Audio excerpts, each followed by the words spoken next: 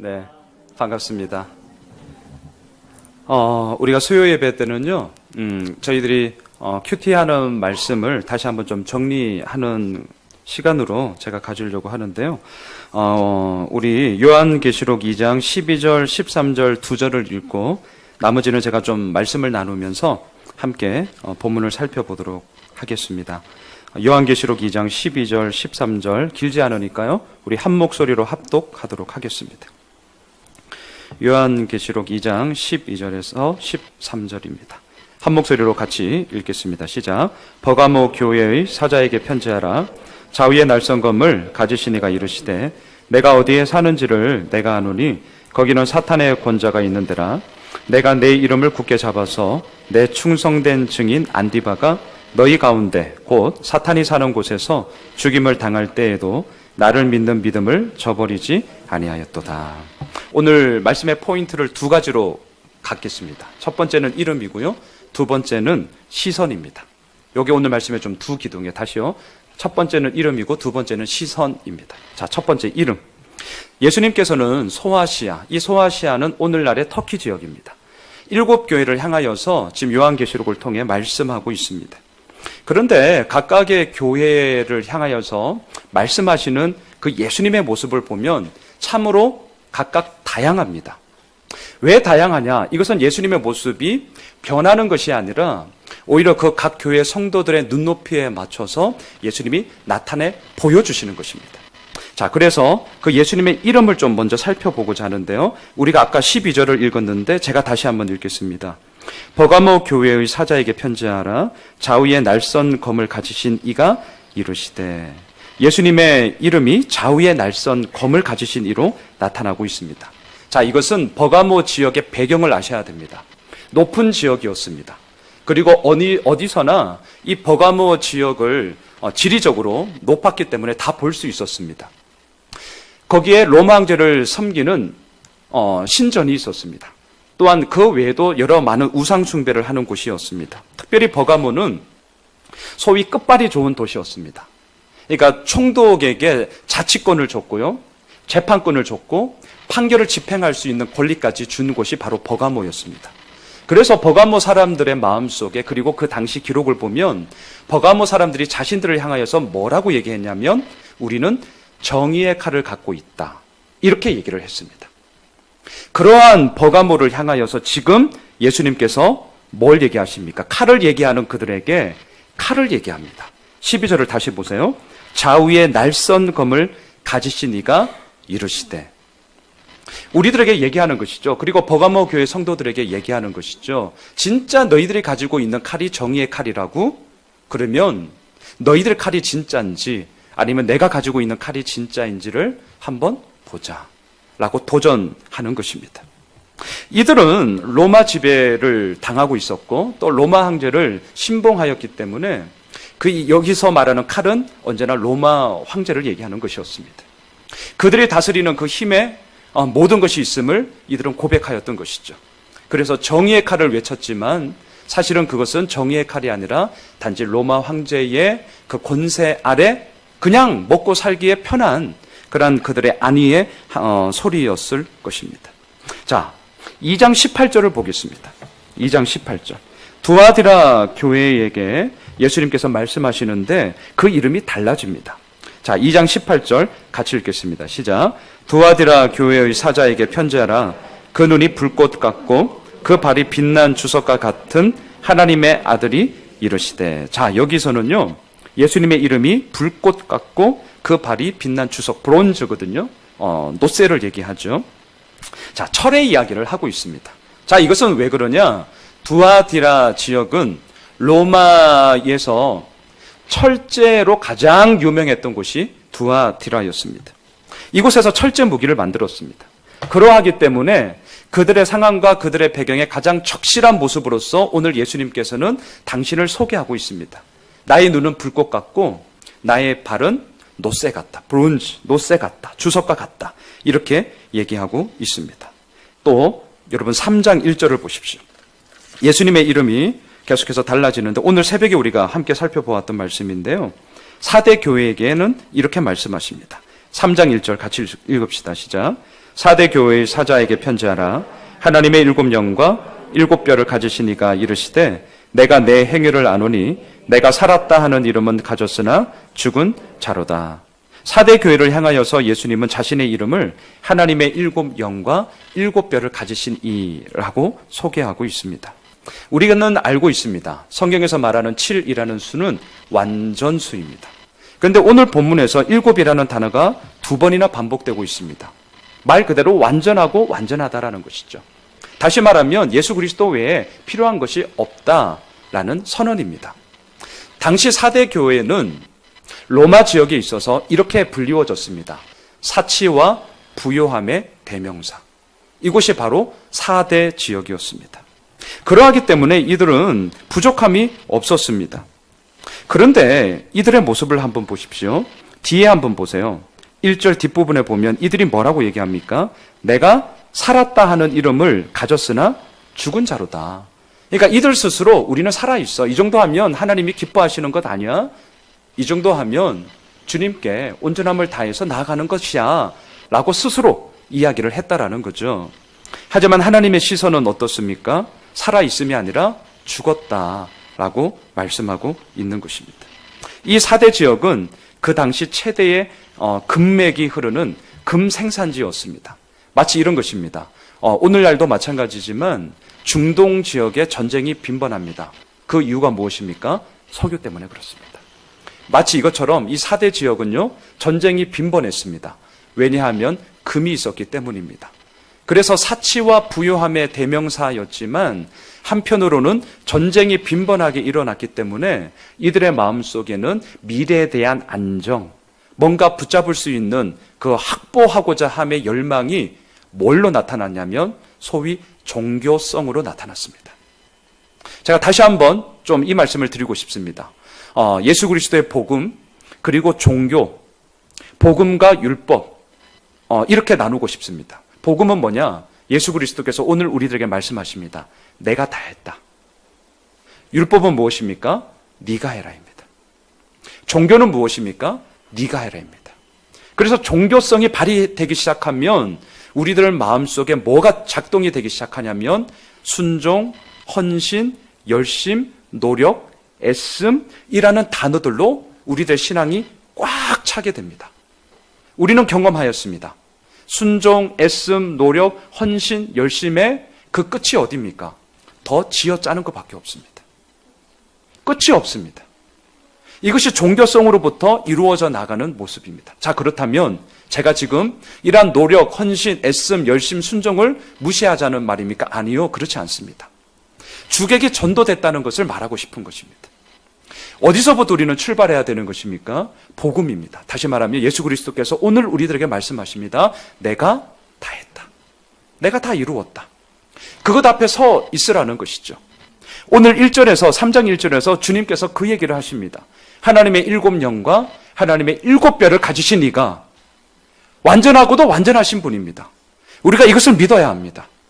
4대 교회에게만 말씀하시는 그 예수님의 말씀이 아니라 2017년 예수 호메실 교회를 향한, 그리고 이 자리에 함께 예배드리고 있는 우리들을 향한 하나님의 외침입니다. 예수 그리스도의 외침입니다. 과연 너희들의 삶 가운데 충만하고 충만한 것이 도대체 무엇이냐? 뭐가 있어야만 너희들 삶 가운데 그 충만함이 이루어졌다라고 얘기할 거냐? 우리들에게 도전하는 것이죠. 예수님의 이름은 7영과 7뼈를 가지신 입니다. 다시 말하면 완전하고 또한 완전하신 분이십니다. 또 하나 더 보겠습니다. 3장 7절을 보십시오. 3장 7절을 보시면 빌라델비아 교회 성도들에게 이야기하고 있습니다. 함께 읽을까요? 시작. 빌라델비아 교회의 사자에게 편지하라. 거룩하고 진실하사 다윗의 열쇠를 가지시니 곧 열면 닫을 사람이 없고 닫으면 열 사람이 없는 그가 이르시되, 다윗의 열쇠를 가지신 이라고 예수님이 말씀하고 있습니다. 자, 이것은 빌라델비아 지역은 이렇게 기억하십시오. 교통의 요충지. 로마로부터 터키, 소아시아 지역으로 오는 모든 길의 길목이 어디였느냐? 빌라델비아였습니다. 그리함으로 말미암아 사방팔방 빌라델비아는 하나의 게이트였습니다. 하나의 문이었습니다. 그래서 이 빌라델비아를 통하여서 다른 지역으로 얼마든지 나아갈 수 있었던 곳입니다. 자, 그러한 빌라델비아 교회를 향하여서 지금 예수님께서 말씀하십니다. 다윗의 열쇠를 가지시니, 열쇠하면 무엇과 같이 연상이 되어집니까? 게이트입니다. 문입니다. 지금 주님께서는 빌라델비아, 소위 교통의 요충지, 사방팔방으로 나아갈 수 있는 문, 그 문을 가지고 있는 그들을 향하여서 진짜 문은 어디냐? 다윗의 열쇠를 가지신 이 바로 나를 통하여서 진짜 문으로 나올 수 있다라는 것을 지금 선언하고 있는 것이죠. 자, 첫 번째, 지금 제가 계속해서 이름에 대한 얘기를 하고 있습니다. 이렇게 적용을 하면 좋겠습니다. 과연 내 삶 가운데는 예수 그리스도의 이름이 어떻게 퍼져나가고 있고 어떻게 이루어져 나가고 있느냐라는 거죠. 제가 예수양남교회에 있으면서 종종 말씀을 전하면서 저의 이야기를 많이 나누었지만 정말 6년 전에 목동에서 있을 때 저에게 있어서 예수 그리스도는 어떠한 분이셨을까? 좀 말씀을 다시 한번 정리하면서 생각했을 때에 참 부끄럽고 죄송한 이야기지만 더 높은 고지를 향하여서 내가 나아갈 수 있는 아주 명분 좋은 발판이었습니다. 물론 저는 외쳤습니다. 예수님의 십자가, 예수님의 부활, 그리고 예수 그리스도로 말미암아 이루어지는 그 하나님의 은혜, 저 외쳤습니다. 그런데 저의 마음 정말 깊은 곳에서부터 꿈틀꿈틀대며 정말 나를 이끌고 있는 것이 뭐냐라고 할 때에 여전히 예수 그리스도의 그 이름을 빙자하여서 양순웅이라는 한 사람의 이름이 드높아지는 것에 정말 많은 관심을 가지고 있었고 정말 많은 것에 온 힘을 쏟았습니다. 제가 책을 썼거든요. 네이버에 양순웅 검색하면 나옵니다. 2008년도에 제가 책을 썼어요. 제가 왜 쓴 줄 아세요? 지금은 진짜 지금 같으면 감히 그렇게 하지도 못할 텐데 왜 그랬냐면 나의 이름을 한번 알려보자. 하나의 바벨탑을 쌓아 보려고요. 그래서 룻기 설교한 거를 제가 다시 한번 막 정리해서 그냥 기독교 출판사에 제가 투고한 거예요. 누가 저 알아줍니까? 근데 이제 국민일보사에서 제 돈 든 것도 아니고 지들 돈 다 들여서 그렇게 책을 냈거든요. 그때의 저의 마음의 중심은 정말 죄송하지만 저의 이름이 드높아지는 것이었고 예수의 그 이름을 제가 이용해 먹고 있었음을 너무나도 정말 참 부끄러운 그러한 삶의 모습들을 제가 보게 되었습니다. 그 시간들을 6년의 시간을 통하여서 보게 된 거죠. 지금 저에게 예수 그리스도의 이름이 양순웅 당신에게 어떠한 의미로 울려지고 있습니까? 라고 한다면 단언할 수 있습니다. 예수 그리스도만이 나의 삶의 유일한 답입니다. 제가 개척을 준비하면서 그리고 누누이 제가 반복하고 있습니다. 왜 반복하냐? 이거밖에 없어서요. 예수 오밀술교회가 비전이 뭐냐? 딱 하나밖에 없습니다. 예수 그리스도만이 이 세상의 유일한 답임을 증거하는 공동체. 이것이 저의 삶에 울려 퍼졌고 그 울림이 계속해서 우리들의 공동체를 통하여서 나아갔으면 좋겠다라는 그거 하나밖에 없습니다.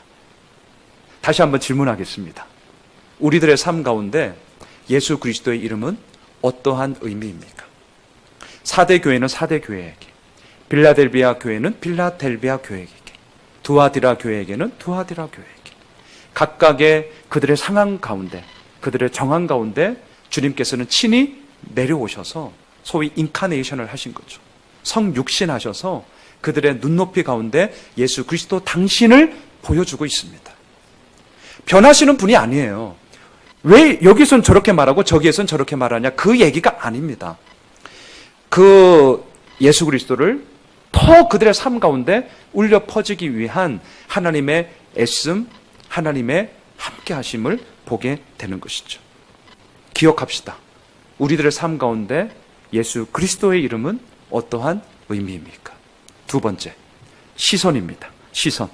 자, 예수님은 각 교회를 향해 말씀하십니다. 책망하시고요. 또한 칭찬하십니다.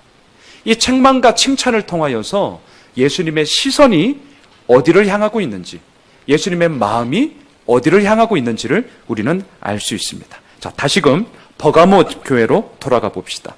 자, 우리가 월요일날 큐티한 본문이기 때문에 제가 지금 왔다 갔다 하고 있습니다. 자, 요한계시록 2장 13절을 보십시오. 지금 예수님의 시선의 이야기를 제가 이제 지금 하고자 합니다. 자, 요한계시록 2장 13절입니다. 함께 읽습니다. 시작. 내가 어디에 사는지를 내가 아노니 거기는 사탄의 권자가 있는 데라. 내가 내 이름을 굳게 잡아서 내 충성된 증인 안디바가 너희 가운데 곧 사탄이 사는 곳에서 죽임을 당할 때에도 나를 믿는 믿음을 저버리지 아니하였도다. 성경을 읽으실 때 반복되는 단어를 놓치지 마십시오. 자, 13절을 보면 장소를 언급하는 단어가 무려 4번 반복되고 있습니다. 보이십니까? 첫 번째, 어디에 라는 단어입니다. 두 번째, 거기는 입니다. 세 번째, 사탄의 권자가 있는 데라. 마지막 네 번째, 저 뒤에 보시면 사탄이 사는 곳에서. 지금 이 버가모 지역이 어떠한 곳인지를 13절에서 너무나도 명확하게 우리들에게 보여주고 있습니다. 버가모는 어떤 곳입니까? 영적인 시선으로 바라볼 때에 사탄의 권자가 있는 곳이었습니다. 다시 말하면 하나님의 영광이 떠났습니다. 하나님의 이름이 사라져 버렸습니다. 그리고 사탄의 권세만을 드높이며 그들의 온 삶을 살아가고 있었던 곳, 그곳이 바로 버가모였습니다. 자, 그러한 곳에서 오늘 13절에 한 사람의 이름이 나옵니다. 내 충성된 증인 안디바가. 자, 저를 보십시오. 안디바의 원어를 보면 안티파스입니다. 이 말은 두 단어로 되어 있습니다. 안티, 아시죠? 안티, 반대하다는 것입니다. 파스, 동의하다라는 뜻입니다. 이 사람의 이름은 극과 극이 만나는 이름입니다. 안티, 반대하다, 파스, 동의하다. 자, 그렇다면 이 안디바는 무엇에 반대했겠습니까? 버가모 지역을 다스리고 있는 사탄의 권자, 로마 황제를 섬기는 그 신상에 대해서 나는 안티한다 라고 대담하게 그의 온 삶을 내걸어 말했던 자입니다. 그렇다면 어디에 파스, 동의한 것입니까? 예수 그리스도만이 나의 유일한 답임을 그의 온 삶을 다하여서 외쳤던 것이죠. 그 결과가 무엇입니까? 죽었습니다. 다시 말하면 순교하였습니다. 자, 지금 이 버가모 교회는요, 사탄의 권자가 다스리는 곳이었음에도 불구하고 충성된 증인 안디바의 순교의 피가 흐르던 곳이었습니다. 얼마나 좋습니까? 소위 명분이 너무나 좋습니다. 제가 개척을 했잖아요. 명분이 좋을까요? 안 좋을까요? 친구들이 얘기합니다. 야, 너 어떡하려고? 알죠? 그 마음 압니다. 저도 여전히 두렵고 앞으로 어떻게 될까 진짜 모르겠어요. 하지만 그냥 나아가는 거죠.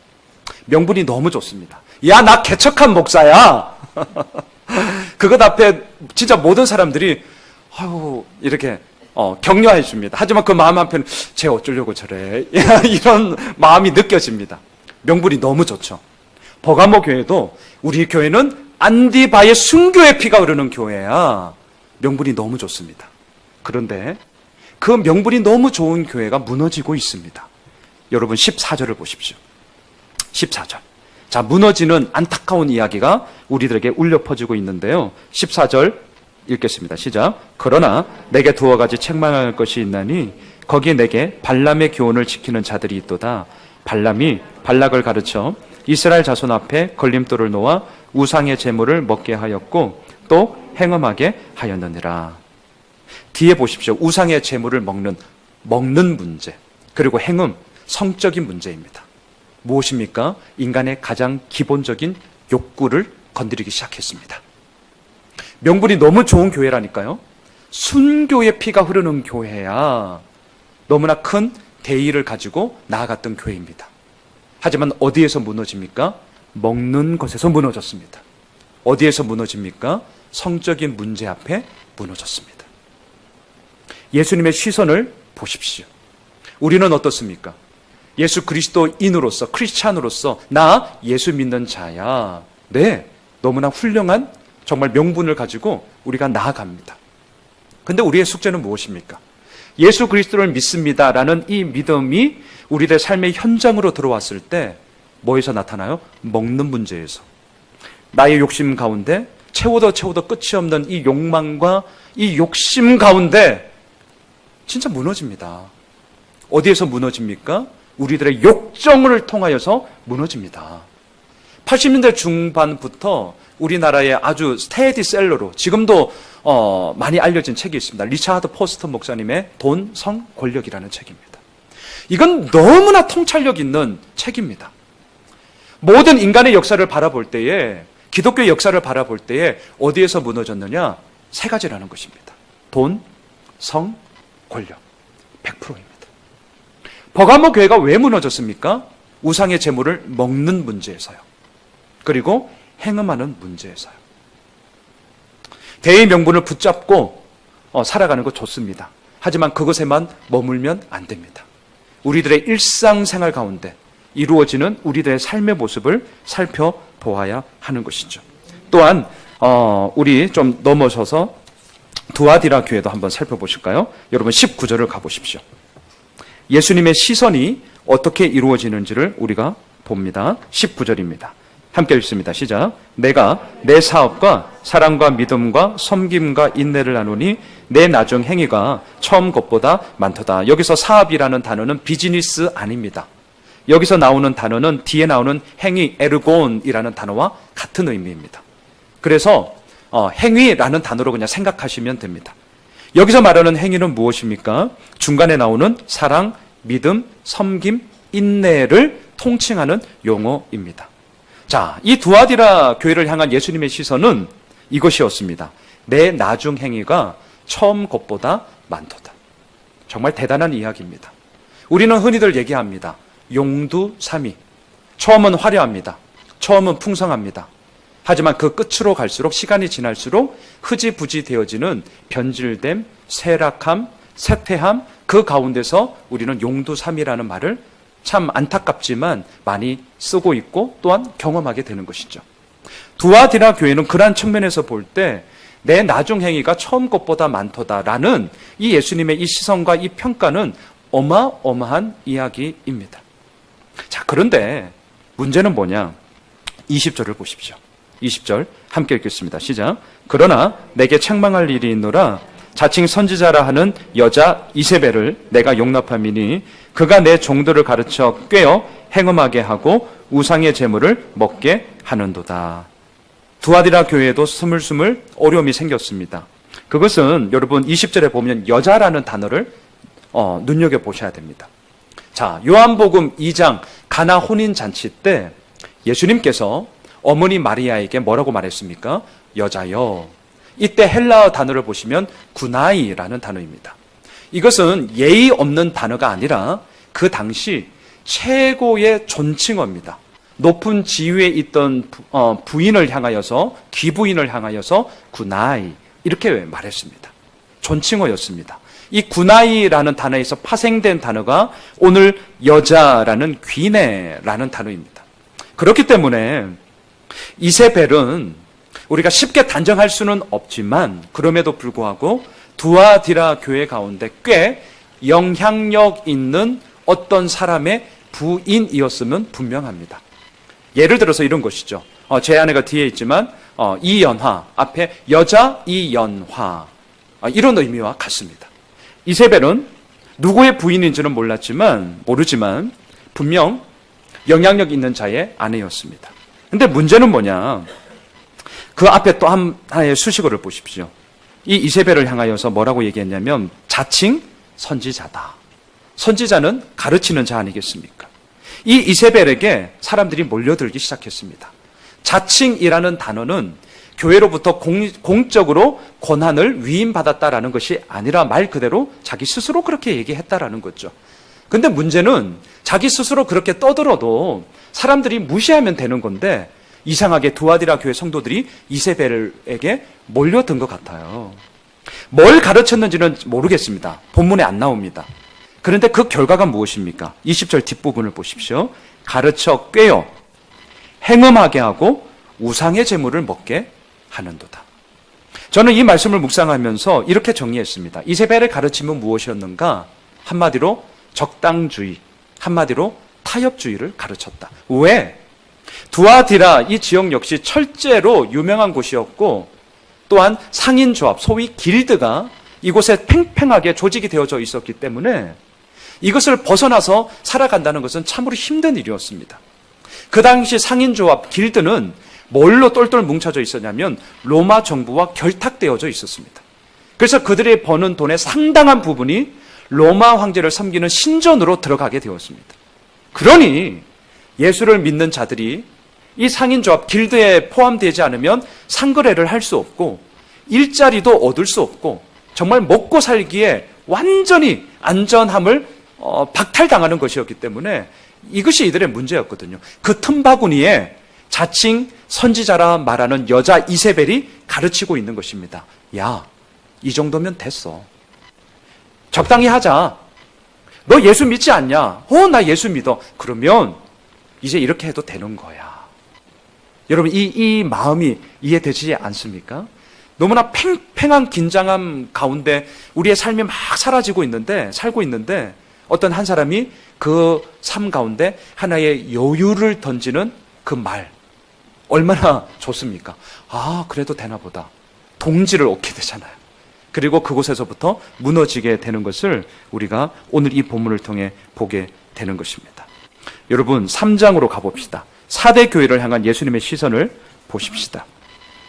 4대 교회를 향한 예수님의 시선은요, 네가 살았다 하는 이름은 가졌으나 죽은 자로다. 그러면서 2절을 한번 보시죠. 같이 읽겠습니다. 시작. 너는 일깨어 그 남은 바 죽게 된 것을 굳건하게 하라. 내 하나님 앞에 내 행위에 온전한 것을 찾지 못하였느니. 여기서 말하는 온전하다라는 단어는 잔이나 그릇이 비어있는 상태를 의미하는 단어입니다. 비어있다라는 겁니다.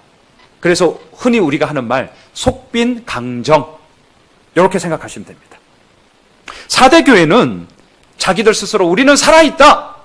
예수 그리스도를 향한 믿음의 간절함이 있다. 예수 그리스도를 향한 우리들의 온전함이 있다. 라고 얘기를 하였지만 주님이 보시기에 너희들 죽었어. 그러면서 2절에서 얘기합니다. 너희들 속빈 강정이야. 너희들 가운데 온전한 것을 내가 찾지 못하였다. 라고 말씀하고 있습니다. 마지막으로 7절로 빌라델비아 교회로 한번 가보실까요? 예수님의 시선이 어떻게 이루어지는지를 봅시다. 8절입니다. 8절 같이 읽겠습니다. 시작. 볼지어다 내가 내 앞에 열린 문을 두었을 때 능히 닫을 사람이 없으리라. 내가 내 행위를 아노니 내가 작은 능력을 가지고서도 내 말을 지키며 내 이름을 배반하지 아니하였도다. 제가 오늘 우리 카톡방에도 이 말씀을 좀 묵상하면서 올렸지만 다시 한번 여러분 이런 구절들을 좀 잘 봐주시면 좋겠습니다. 우리는 8절을 보면 제일 먼저 눈에 들어오는 것이 뭐냐면 작은 능력을 가지고서도 예수 그리스도의 그 말을 지키며 예수 그리스도의 그 이름을 배반하지 않았구나. 고로 나도 미천하고 부족하지만 나의 이 작은 능력을 가지고 주님의 그 이름을 붙잡고 나아가야지. 이렇게 적용합니다. 근데 그거 아닙니다. 오늘 말씀이 그거 아니에요. 자, 그럼 뭐냐? 여러분 저를 보세요. 여기서 말하는 작은 능력이라고 할 때 작은이라는 말은 헬라어로 마이크론입니다. 마이크론. 반도체에 들어가는 마이크로칩. 마이크로 무슨 말입니까? 우리 눈에 안 보일 정도로 정말 미세한, 눈에 거의 보이지 않는 아주 작은, 말 그대로 마이크론입니다. 자, 그러면 여기서 말하는 네가 작은 능력을 가지고서라고 할 때 이 말은 눈에 보이지 않을 정도로 미미한 능력, 한마디로 말하면 이들이 아무것도 거의 할 수 없는 무능력, 이걸 얘기하는 거예요. 빌라델비아 교회는 아주 무능력한 교회였다는 거예요. 자, 그런데 우리는 더 질문을 던질 수 있겠죠. 이러한 무능력한 교회가 어찌 예수 그리스도의 말을 지켰고 어찌 예수 그리스도의 그 이름을 배반하지 않았는가? 우리는 질문하셔야 됩니다. 그것에 대해서 8절의 서두가 그 답을 말씀하고 있는 거예요. 여러분 8절 서두를 보십시오. 볼지어다. 그럼 우리도 봐야죠. 보셔야 됩니다. 뭘 봅니까? 내가 너의 앞에 열린 문을 두었을 때 능히 닫을 사람이 없으리라.